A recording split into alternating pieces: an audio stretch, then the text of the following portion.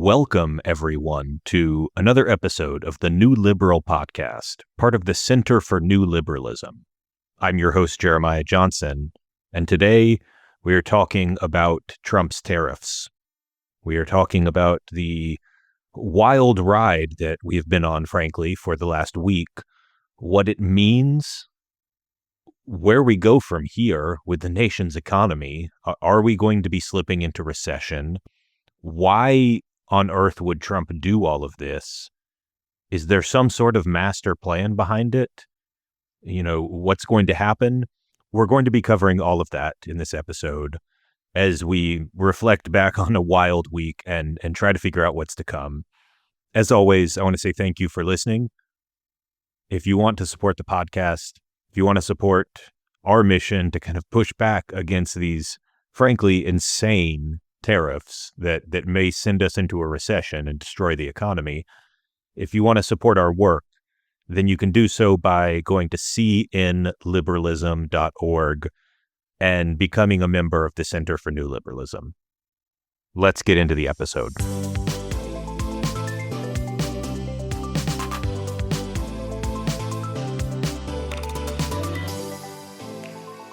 All right, so let's jump into it, guys.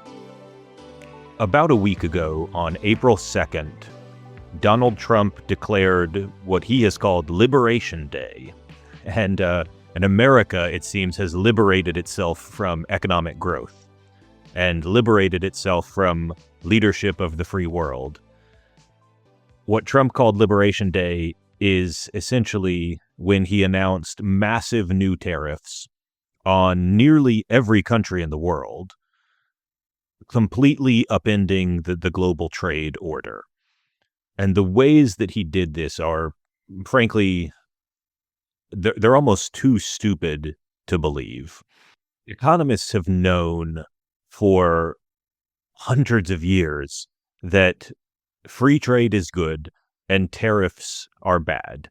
And you can get into some more complicated analysis if you want. You can talk about some very niche edge case, some little tiny exception where, maybe this particular tariff in this particular situation, in 1837, when we had the blah, blah, blah, Belgium should have put a tariff on Norway. Like, you can get into very, very minute exceptions, but it's frankly kind of dumb and exhausting to have to go into that. In 99.9% of cases, tariffs are bad. Just a full stop. You can ask economists about this, and economists of all political stripes agree. Centrist economists, left-leaning economists, conservative economists, libertarian economists, everybody agrees that tariffs reduce economic welfare. There's a survey from 2020 found that 95% of professional economists agreed with the statement, tariffs and import quotas usually reduce economic welfare. When the University of Chicago surveyed leading economists and asked them the question, do tariffs cause welfare-reducing price increases for consumers, 95% of economists agreed with that. The single economist who disagreed appeared to have misread the question in his verbal response. So essentially it was 100%.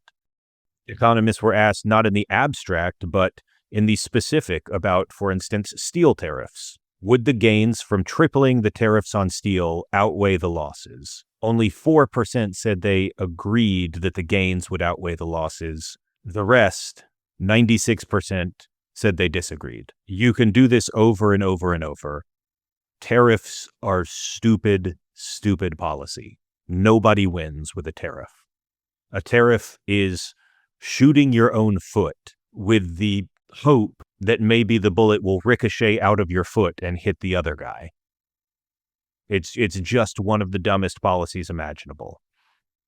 And if you don't trust the economists, you can listen to everyone else. Virtually everyone in corporate America is panicking right now. The stock market has fallen off a cliff because they know what's coming. The odds of a recession on betting markets and in economic forecasts, the odds of a recession are skyrocketing. Everyone is freaking out. And you might ask, why are they freaking out at the scale of these tariffs when they didn't freak out during Trump's first term? Well, Trump did increase tariffs during his first term, but it was in a surprisingly restrained way, I would say. If you look at the tariff as a single rate, which is not a real thing you can do, we have tariffs on different kinds of goods. We have different tariffs on different countries, different tariffs on different kinds of products, et cetera. There's a million different tariff rates depending on what's coming into America and where it's coming from. But if you kind of average it all out, if you say, what is the generalized average tariff rate across all products, across all countries, Trump probably took it from, let's ballpark maybe 2% to like 3.5% in his first term. His current round of tariffs have taken it from about, again, in that 2 to 3% range to 35%. This is more than 10 times as large as his previous increases. We are 10xing our tariff rate on everything that comes into this country, essentially. That's the globe. In some places, it's more. Again, this is kind of a globalized average. In some places, it'll be less. In some places, it'll be even more than 35%. These are basically, as far as I can tell, the largest tariffs that we've had in United States history. These are larger than the famous Smoot-Hawley tariffs. And the Smoot-Hawley tariffs are widely blamed for essentially either causing or worsening the Great Depression, depending on who you ask. We are tariffing countries at levels literally never before seen in American history. Some countries are getting hit with 40, 50% tariffs or higher.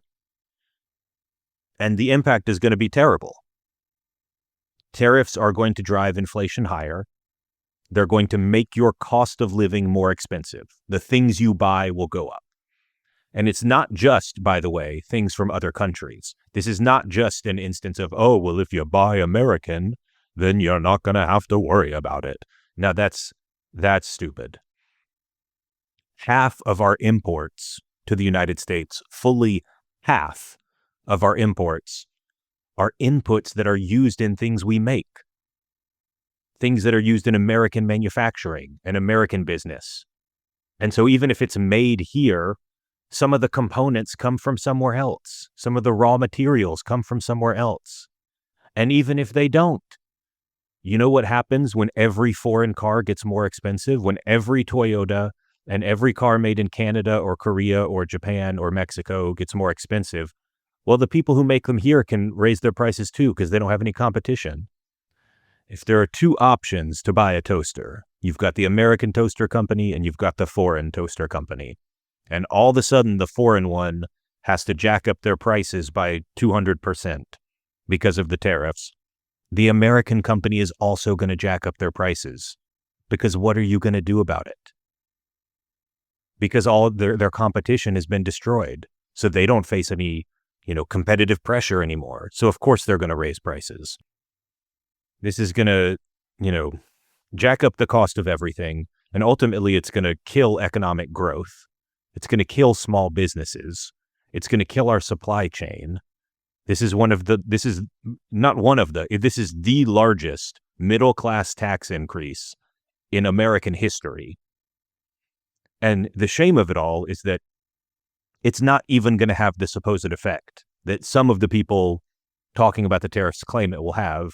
They claim it will revive American manufacturing. This is going to lead to a resurgence of American manufacturing, which is just so dumb from every single angle. Because number one, America is a service economy. Nobody wants to leave their highly paid service job to go work in a toaster factory. I'm sorry. America has like 500,000 open manufacturing jobs that we cannot fill because people don't want to do them.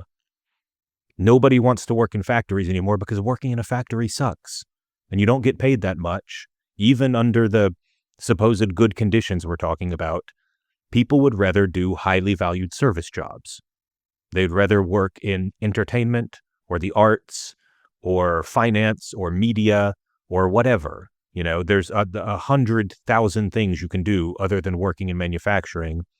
But number one, it's just a dumb idea anyway to get rid of, professional researchers and force them to, we destroyed the NIH. This guy was working on like a vaccine for pancreatic cancer, but we took his NIH funding because we, are going to accuse him of having an email job.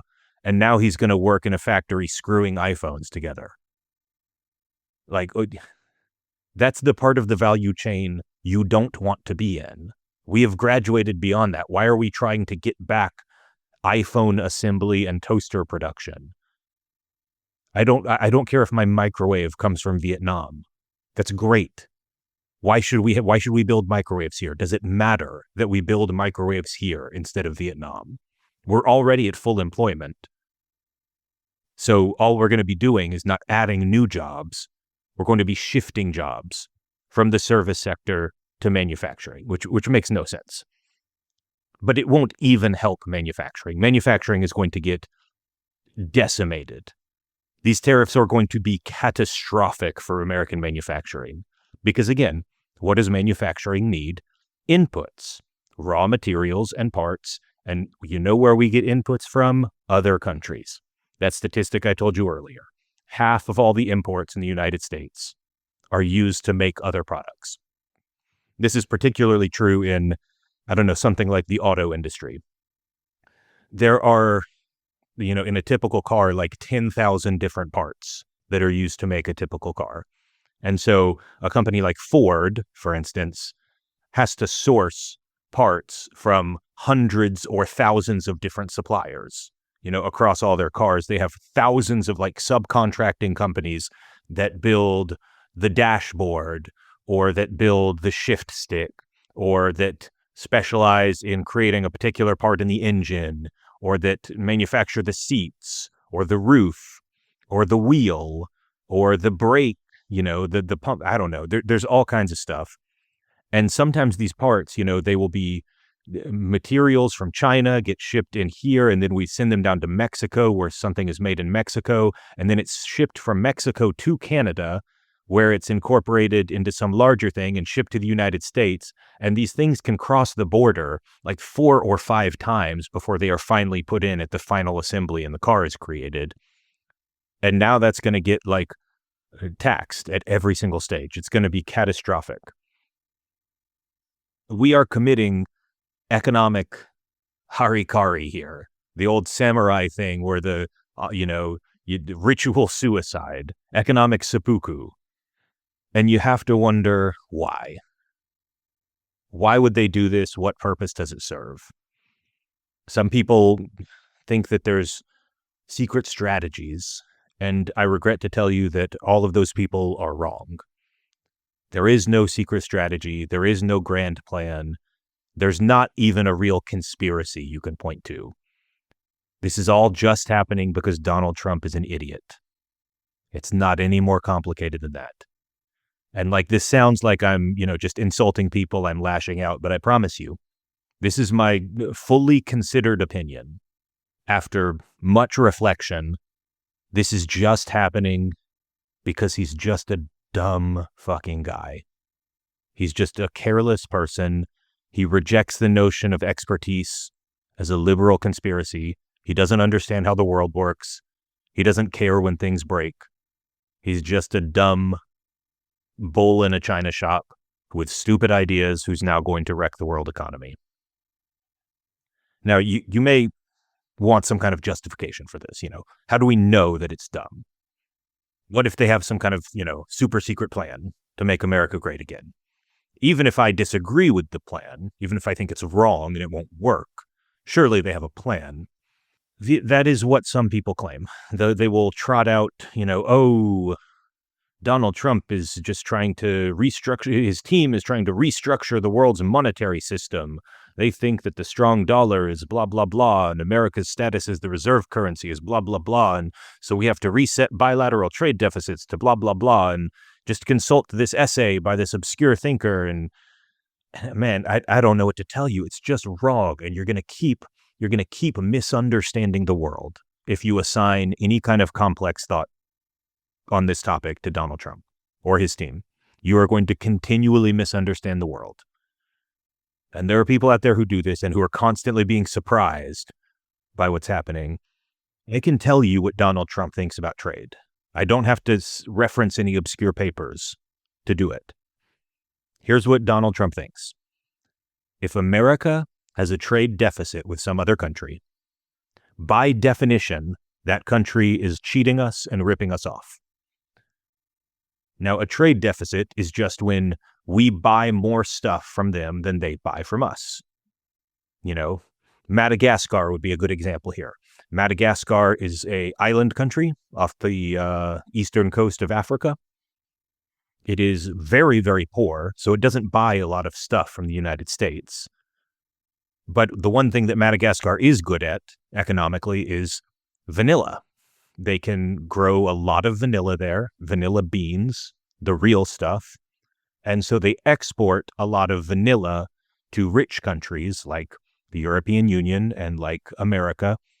And so we buy a lot of vanilla from them without them buying much in return from us. Because again, they are a desperately poor African country. And even if they wanted to buy a bunch of American products, we don't really ship to Madagascar very much. They're near South Africa, so what would really happen is American goods would make their way to South Africa, and then Madagascar would probably buy those goods from South Africa directly. So all in all, what ends up happening is we have a trade deficit with Madagascar. We buy lots of vanilla beans from them. They don't buy much from us. To Donald Trump, this is, by definition, them ripping us off. And so Madagascar has been hit with a 47% tariff rate. Poor little Madagascar.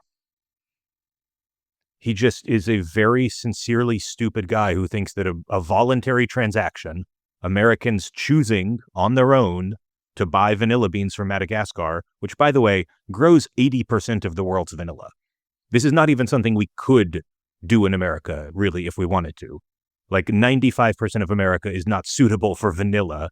Maybe, I don't know, some places in a few isolated places like Hawaii could do it maybe, but like mostly like we just rely on Madagascar for vanilla because that's where it comes from.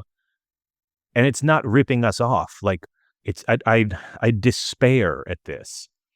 Do you think that like you personally are getting ripped off by your grocery store because you have a trade deficit with the grocery store? You know, when I go to my barber shop and I pay them for a haircut and they don't pay me back for a podcast, so therefore they're ripping me off. Like, no, it has nothing. It's just moronic. But apparently, Donald Trump really believes this. And they set insanely high tariffs on nearly every country in the world based on numbers that are frankly entirely made up. They call them reciprocal tariffs. They say, oh, well, look, China is charging 67% tariff to America, so we're going to charge them half of that. We're going to charge them 34%. Or South Africa is charging a 60% tariff to the US, so we're going to charge them 30%, you know, or whatever, the many things like that. Burma is charging us an 88% tariff, so we're going to charge them half, 44%. And sure, maybe that sounds, yeah, if they're charging us tariffs, why shouldn't we charge them tariffs back? But all of those numbers are completely made up. All they're saying is that we have a trade deficit with those countries, and therefore, by definition, they are using unfair practices and cheating us. The actual rate of tariffs is significantly lower in all these countries. Like, as an example, they claim that South Korea charges us a 50% tariff, when really what they're saying is we import 50% more stuff from South Korea than they import from us. So they call that a 50% tariff, which is it's literally just using English words incorrectly. South Korea does charge the United States tariffs. It's about 1% to 3% on average, depending on what kind of goods you're talking about. South Korea charges American imports about a 1% to 3% tariff. And now we're going to be charging South Korea 25%. out of nowhere. There was a whole scandal, a miniature scandal about an equation that the Trump team was like, no, we looked at actual tariffs. Here's our equation. The equation was literally just deficit divided by imports. That was it. That was it. They used fancy Greek letters, you know, x sub I minus m sub I, divided by m sub I times, theta times tau or whatever. Like they thought that we wouldn't notice because of the fancy Greek letters that it was just deficit divided by imports. It's made up. The whole thing is just astonishingly made up. And somehow it gets even stupider because what we found after this whole thing was released was that, hey, what if we asked ChatGPT what we should set our tariffs at? And so somebody said, hey, ChatGPT, I've got a trade deficit. How should I set my tariff policy? And you know what ChatGPT said? ChatGPT said, hey, you should probably set it at, I don't know, the trade deficit divided by imports. The exact equation they used. And it turns out no matter who you ask, if you ask ChatGPT or Claude or Grok or Gemini, all the different AI agents weirdly give the same answer, that tariffs should equal deficits divided by imports, which again is a nonsensical thing, but apparently the AIs found something. They've all been trained somewhere in their data, their training set. This is being spit out as the answer. And so this nonsensical thing that no actual trade economist would have done is now national policy. And what I'm saying to you is that it's highly likely our national tariff rates were set by an intern who asked ChatGPT, what should a tariff rate be? That is where we're at as a country. That none of this is made up. It sounds too stupid to believe. None of this is made up. And somehow it gets even stupider than that. Because, not content to ChatGPT the global economy and crash out your 401k, the Trump administration also made sure that they went after the real villains of international trade. Penguins. One of the most bizarre things that happened was that in this list of all the countries that are getting new tariffs, all the countries that are cheating us, taking advantage of us, all these countries that we had to show them who's boss, we had to get them with our big manly tariffs, included some very odd countries, I would say. Some countries that aren't really countries. For instance, the Heard and McDonald Islands got a new tariff rate. Now, the Heard and McDonald Islands are a remote territory of Australia, a tiny, tiny little speck of an island that is like 1,000 miles away from mainland Australia. It has no human population. The only things that live there are colonies of penguins. And yet, for some reason, we instituted new tariffs on them. It appears that what they've done is they just went into the master list of country codes. Like you can look up ISO country codes, and there's a couple hundred of them. And those country codes don't just, say France and Germany. They also include like weird territories. Basically, what it appears they've done is they just went down the list of ISO country codes and universally applied their stupid formula without even checking to see whether the code in question was a real country or not. And it's how you end up putting tariffs on penguins. It's how we ended up putting tariffs on the British Indian Ocean Territory, which, if you know anything about the British Indian Ocean Territory, that is a series of islands that has 0 permanent residents except for a United States military base. It is where the Diego Garcia military base is. If you're familiar with the Navy, if you're a naval guy and you know Diego Garcia, that's what the British Indian Ocean Territory is. So yeah, Trump just put in tariff on an active American military base. Bravo. This is what the people who are constantly trying to find some justification for Trump's actions don't understand. You can sit here and theorize all day about what does Trump's team really mean? What does Trump really think? How are his advisors really strategizing? You can do that all day long. Sun goes up, sun goes down, you will still be theorizing. But none of it actually fits what they're doing.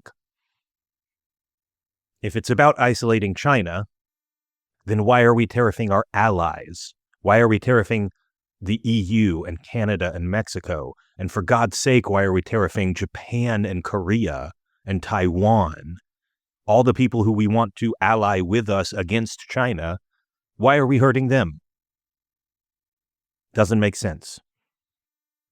If it's about manufacturing, then why are we tariffing the inputs for manufacturing? Doesn't make sense.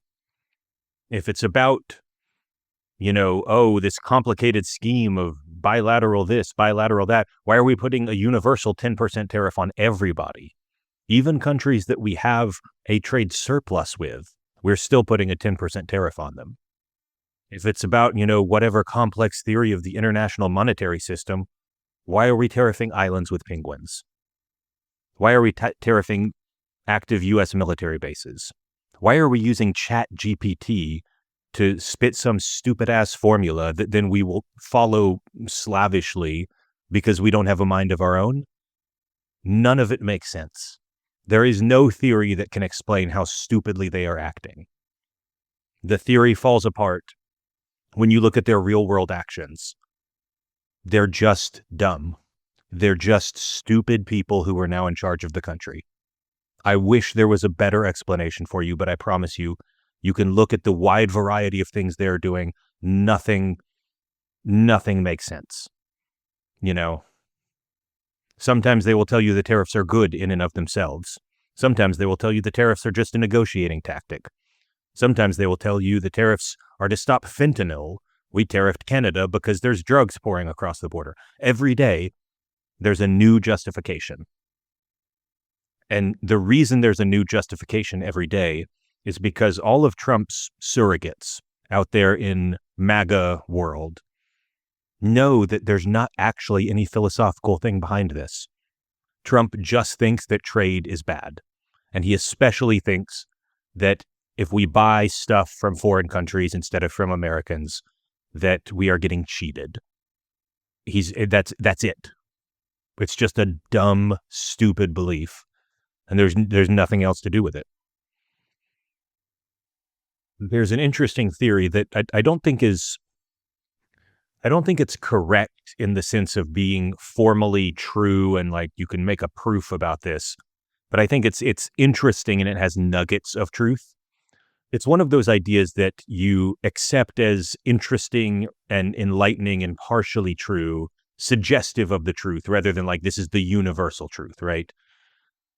There's a theory that basically a lot of what we're seeing with the Trump administration is, in a weird way, in an bank shot way, kind of a backlash against women in the workplace and feminism. And this goes for Doge, and it goes for the tariffs, and it goes for a lot of things. There's an interesting set of like social media viral moments that people on the online conservative movement seemingly cannot get their heads out of. The first one happened in 2022, and I don't know if you're familiar with it or not. I'll try to describe it briefly. It basically showed two attractive young women sitting in a pool. They're in bikinis, and they have their laptops by the edge of the pool. And they were like, hey, this is my day as a product manager at Facebook, or I guess Meta. And, it showed them doing traditional social media influencer-y kind of young women things. They're having their meeting while in the pool in a bikini because they're cool. They're drinking green juice at their home. They're going, during their lunch break to go get a yoga class in. And like, it was very influencer-y. And it blew up because it made conservative men on the internet just screechingly angry that attractive young women have high-paying jobs where they seemingly don't seem to do a lot of work. Now, is that actually true that product manager is a fake job, that they get paid lots of money, hundreds of thousands of dollars to do something that's not real? I don't think that's actually true. a capitalism is not perfect, but American capitalist countries are not in the habit of paying people hundreds of thousands of dollars when they don't have to. And you can see this, that to some degree they laid off some of those people in the tech wave, but there's still a lot of product managers at Google and Meta and Amazon and things like that. And there's kind of a disdain for email jobs. But that was one of the incidents that, the follow my day as a product manager being an attractive young woman just made people on the online right really, really awful. They were like, this is the downfall of Western civilization. This is why America is doomed. The next video was, I believe it was called Gen Z Boss and a Mini. And it was a group of 4 or 5 young women at an Australian skincare company. It was like a small skincare company, and it was all staffed by women, as you would expect from a small skincare company. And it was Australian. It's not even American. But it basically showed some young women in an office doing a little sketch where they sang about like, oh, I'm a Gen Z boss in a mini being mini skirt here. And the next girl would be like, so short girl in a bob. That, I don't know. It was a very dumb sketch. Like, frankly, it was just cringe and silly. But like the reaction it got from online social media was, again, vitriolic, wildly hated. Conservative men, almost universally conservative men, were like, again, this is the downfall of Western civilization, that women, attractive young women, are being silly in an office. Like, this is why civilization has fallen. And like, this is, I don't know. There's a quote from Twitter where somebody said, tariffs for the right wingers have already ceased to refer to any real world economic policy and become another locus of free-floating psychosexual resentment. I want to quote here from my friend Claire Haber-Harris, whose Cartoons Hate Her is her blog.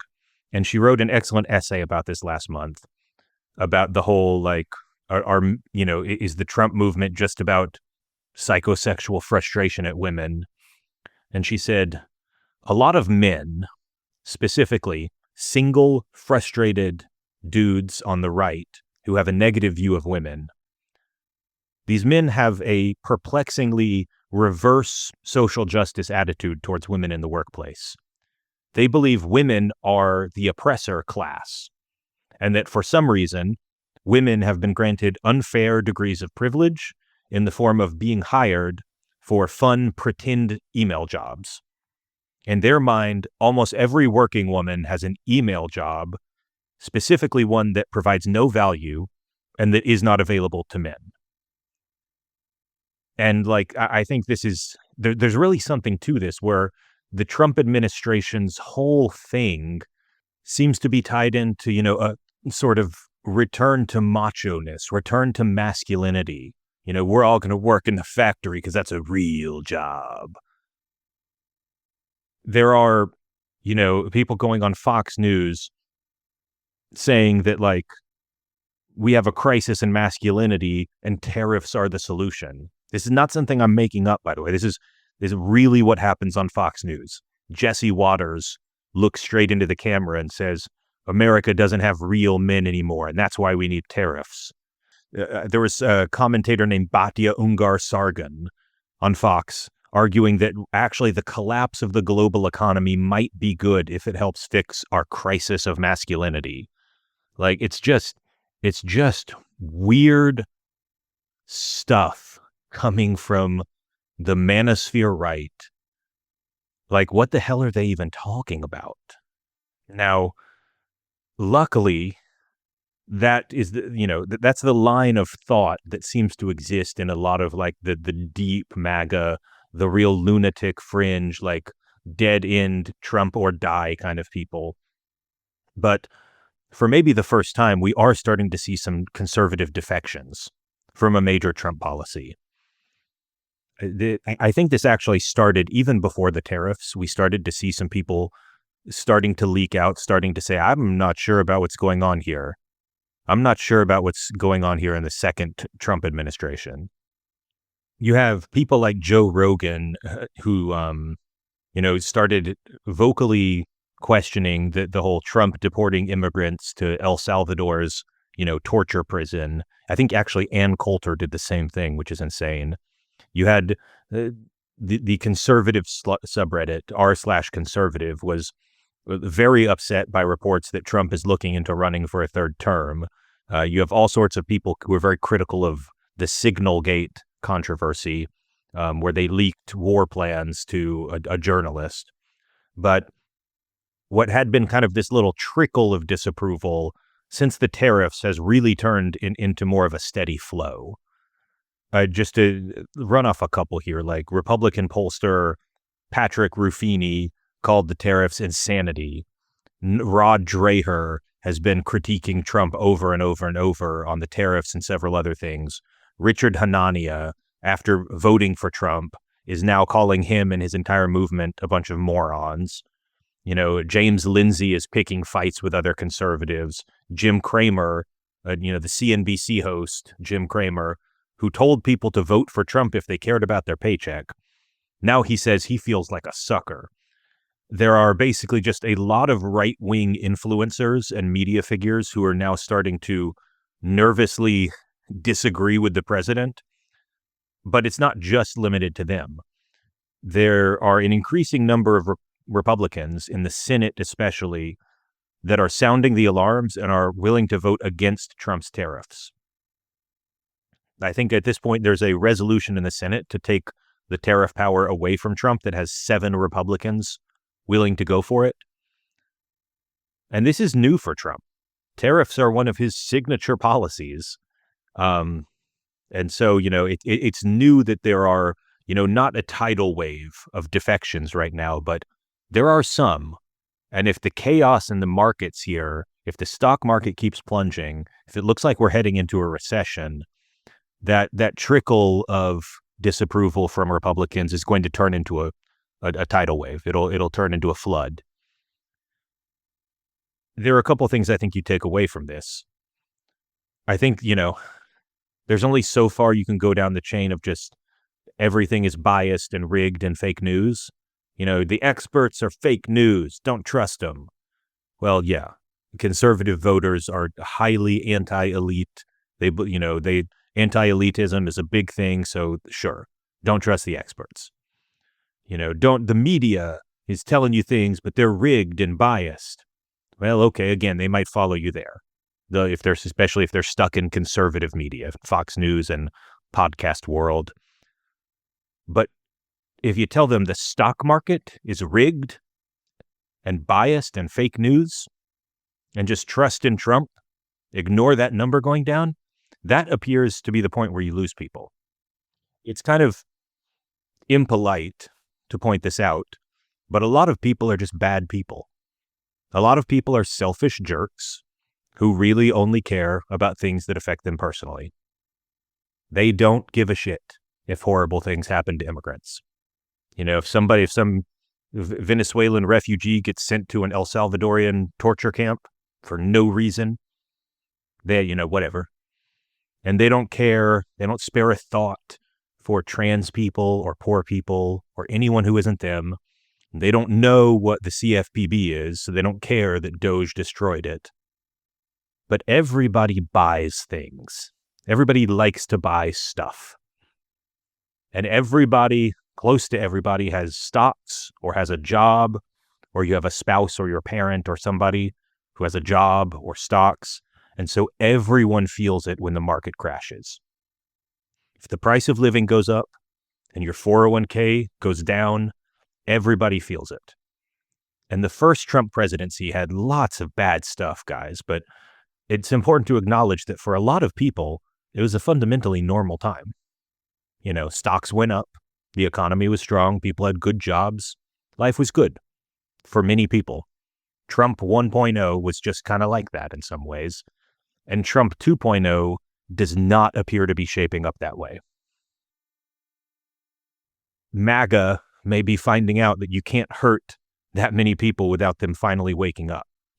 And that's causing, cracks in the MAGA coalition. MAGA has always been kind of an alliance of mismatched parts that don't actually fit very well together. They are united by having a common enemy, the liberals, the left, more so than they actually are united by their beliefs. And if Trump's numbers start to fall, and they already have, they're going to break into several factions, I think, and start a fairly vicious, conservative MAGA civil war. And you can see this happening. Elon Musk is making several declarations of free trade. And like Elon Musk and Trump's trade guru, Peter Navarro, are publicly fighting, basically on cable news. Like Elon Musk will say one thing, and then 30 minutes later, Navarro will come on to a different channel and say a different thing. There's going to be a lot of, if this market crash continues, if we enter a recession, there's going to be a lot of fights about which faction of Trumpism deserves the blame for the mess that he's making. You also see like business leaders who are kind of afraid to tell Trump that he's wrong, but who are starting to kind of signal like, hey, this is a bad idea. Like, I think a lot of people in the business community are basically afraid to be retaliated against by Trump. Because look, if you are a giant CEO of a company and you come out and say, this is stupid, Trump's policy is stupid and we shouldn't do it, he's going to use the power of the U.S. government to try to screw you. He's going to fight you using the government. Then you can't win a fight with the government. You don't fight the law and win for the most part. And so that's why, all these CEOs, you see Jeff Bezos and Mark Zuckerberg and Tim Cook at Apple, like they're basically lining up to kiss the ring. And they have been since the inauguration, but they are starting to like, as gently as they can, say like, this is a bad idea. You should not do this. This is going to kill everything. This is going to tank the economy, and that's really the shame of all this. And, it's not surprising that business leaders are defecting because business leaders have to be grounded in reality to some extent. The bottom line is the bottom line. And if it hurts business, there's only so much reality distortion you can do. Profit and loss, sales and income, they are there on your balance sheet in black and white. You can't reality distort. You can't message your way out of that. And the whole thing is just, man, it's just so disappointing. I mean, I get why some people think tariffs are good. I get why, to some extent, people think, oh, yeah, shouldn't we protect our industries? But the economic logic on this is very, very clear. And even on the Democratic left, it's been a little bit disappointing to see that the Democratic Party cannot get behind a unified message that the tariffs are bad. Most Democrats are denouncing the tariffs, but there's no unified messaging here. Some people are doing a really great job just totally denouncing it, saying this is awful, this is stupid, full stop, tariffs are dumb, we should repeal all of Trump's tariffs, this is an awful idea, and I'm very grateful for those Democrats. There are other Democrats who, look, they might represent like an old steel district in Pennsylvania or something, and so they feel like they have to like be pro-tariff. And like, okay, look, if you have to do it to win your district, it's fine. That's one thing. What's disappointing is like the National Democratic Party is amplifying some of those people right now at this moment when tariffs are actively cratering the economy. That's the guy you choose to amplify, is the guy who says, well, Trump is kind of bad, but actually some tariffs are really good. That's the message the National Party is promoting right now. And, it's weirdly like not ideological in some ways. You've got some moderate Democrats who are very, very anti-tariff, and you've got some moderate Democrats like Rust Belt, or your Jared Golden in Maine who are pro-tariff. You've got some like far left Democrats, like AOC has been suspiciously silent for like days about the tariffs. She tweets all the time, and she has not tweeted about the tariffs that I've seen. And maybe by the time this episode comes out, she will have tweeted. AOC has been silent. Bernie Sanders put out a statement saying that Trump's tariffs are bad, but sometimes, tariffs can be good. We have to protect American workers. And so, like, you'd think the far left is bad on this, but even like Ilhan Omar, who I am almost never a fan of, she put out a much stronger statement, just blasting this. And so, thank you, Representative Omar, for that. Like, it's been weird and disappointing that, frankly, that the Democrats can't get behind this. Democrats should be the party of free trade, because the Republican Party has gone fully protectionist nonsense. And I don't know that there's any coming back from them. And this is the easiest win in the world. Like, Democrats, people want you to fight Trump. They want you to fight without going to the far left. That is very clearly the indicator of the moment, is that you need to be resisting him and fighting him vocally. You need to be out there, but without becoming like a crazy socialist. This is the greatest opportunity. It's being handed to you on a silver platter. He is doing something that is actively destroying the country, and all you have to do is stand up and say tariffs are bad. And far too many Democrats they can't do it. And I understand that people think like, oh, it ruined American manufacturing. It is, but none of this is true, guys. It's just not true. American manufacturing has declined as a percentage of the nation's economy, but that's because we became a service economy. This is what happens when you get rich. When you are the richest country in the world, you don't make cheap goods anymore. You don't make your own plastic toys. You don't, stitch your own white t-shirts, like basic undergarments. That is not something that the richest economy in the world should want to do. And it's just silly that we act like, NAFTA ruined the Midwest when manufacturing was on a straight line downwards from 1950 to 2020. Over the course of those 70 years, manufacturing, employment as a share of the population or whatever, pretty much straight line down. And it was declining before NAFTA. It was declining when we signed NAFTA. It's continued declining afterwards. NAFTA did not interrupt the trend at all. And even if we did undo NAFTA, undo the world of free trade that we created, it's not going to bring manufacturing back to the U.S. It's just not. Nobody in America is going to want to, sit hunched over a bench for 12 hours a day with, with somebody 6 inches to their left and 6 inches to their right, screwing together iPhones for 12 hours a day, hunched over a bench for $5 an hour. That's not a job anybody here will take. It's not the job we should want them to take. I don't know where we go from here, to be honest. The market has had a few little bounces. I don't know what the state of the market will be when we release this. It crashed almost 20%, in full kind of full crash levels of like calamity for the market. There's been some news off and on that like, oh, maybe he'll relent. Maybe he'll have a pause, a 90-day pause to have cooler heads prevail, or maybe we'll strike a bunch of deals. And sometimes when these sentiments come out, the market will rebound a little bit, go back up a little bit, and then people will be, oh, it's not actually coming. It'll go down. So I don't know by the time this is released whether or not the market will be even further down, whether it will have recovered a little bit. It's kind of dependent on what the Trump team does.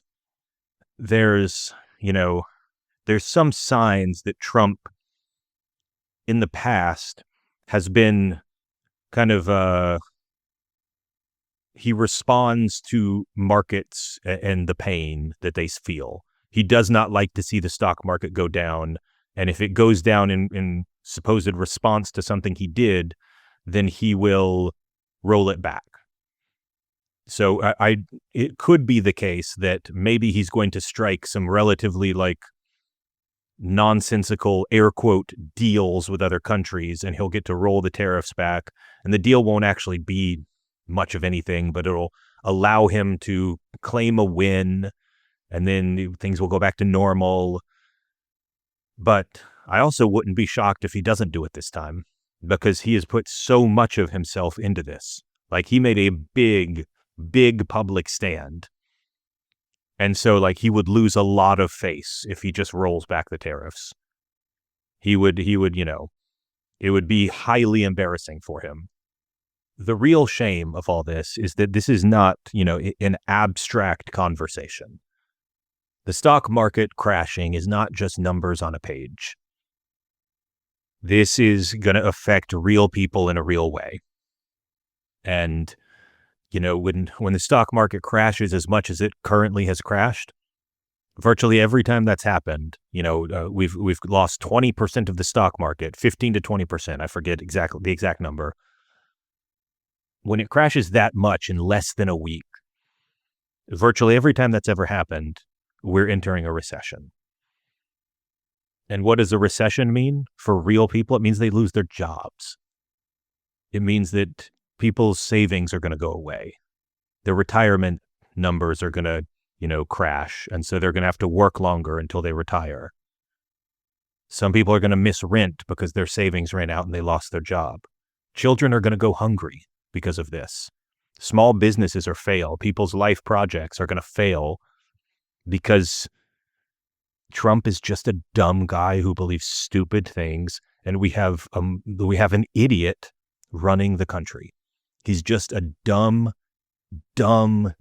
stupid person, and there is no more complicated explanation, and a stupid guy is running the country. And real people are going to be hurt by it. It's not just numbers on a page, numbers on a screen. That's the shame of it all. I,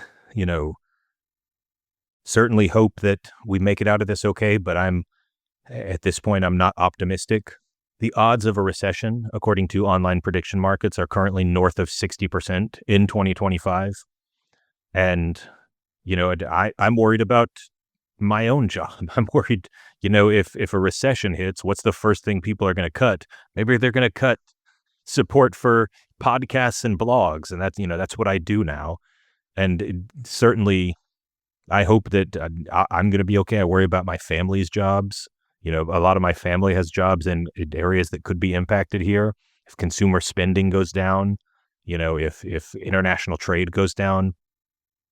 So it sucks. Real people will be hurt, but that's where we're at. I hope the rest of you out there listening are going to be okay. I hope you stay safe through this and that you are not as impacted, that your cost of living isn't hit too bad. I hope we manage to find our way out of this, but I'm not optimistic yet. I guess we'll have to see what happens. I think that'll do it for this episode. I want to say thank you one more time for listening. Thank you to everyone who supports the Center for New Liberalism, and we will catch you at the next episode.